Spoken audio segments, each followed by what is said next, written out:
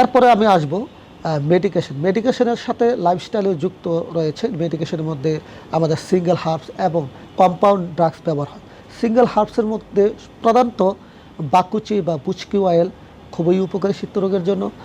সোমরাজি তৈল এবং সোমরাজি বীজ এটাও শীতরোগের জন্য উপকারী। পাশাপাশি আমাদের বারবারিস এরিস্টেটা বা দারুহুদরা শীতরোগের জন্য অনেক উপকার একটা ভেষজ। মঞ্জিষ্টা যেটা রুবিয়া কর্ডিফুলিয়া এটা।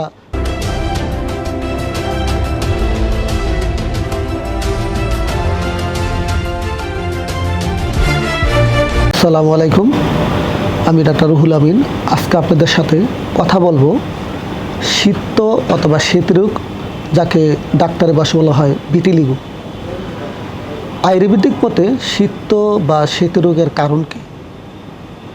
এই শীতরোগের কারণ হচ্ছে আমাদের বডিতে বায়ু, পিত্ত, কফ এই তিনটাকে বলা হয় ত্রিদোষ। এই ত্রিদোষের ইমব্যালেন্সের কারণে শীত বা শীতরোগ হতে পারে। বডির সপ্ত ধাতু আছে, যেমন রস, রক্ত, মাংস, মেদ, অস্থি, মজ্জা, শুক্র। সপ্ত ধাতুর মধ্যে প্রধানত রস, রক্ত, মাংস এই চারটা ধাতু যদি কোনো কারণ ইমব্যালেন্স হয় এবং তা যদি ত্রিদোষকে প্রকোপিত করে তাহলে শীতরোগ হতে পারে। লাইফস্টাইলের কিছু বিষয় আছে, যেমন কারো যদি খাবারের মধ্যে যারা বিরুদ্ধ ভোজন যদি করে তাহলে তার শীতরোগ হতে পারে। বিরুদ্ধ ভোজনটা কি? মাছের সাথে দুধ খাওয়া, এটা একটা শীতরোগের কারণ।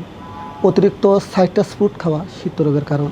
ডেইরি ফুড খাওয়া শীতরোগের কারণ। প্রসেস ফুড খাওয়া এটাও শীতরোগের কারণ।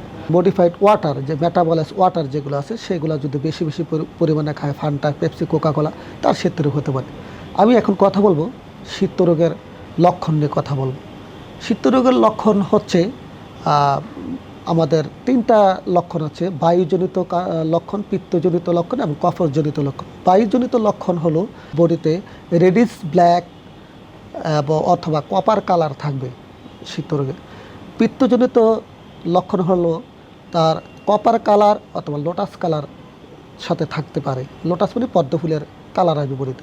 এবং কফজনিত লক্ষণ হলো বডিতে হোয়াইট প্যাচ থাকবে। হোয়াইট প্যাচটা হলো সবচেয়ে কমন একটা বিষয়। এবার আমি শীতরোগের চিকিৎসা সম্পর্কে বলব।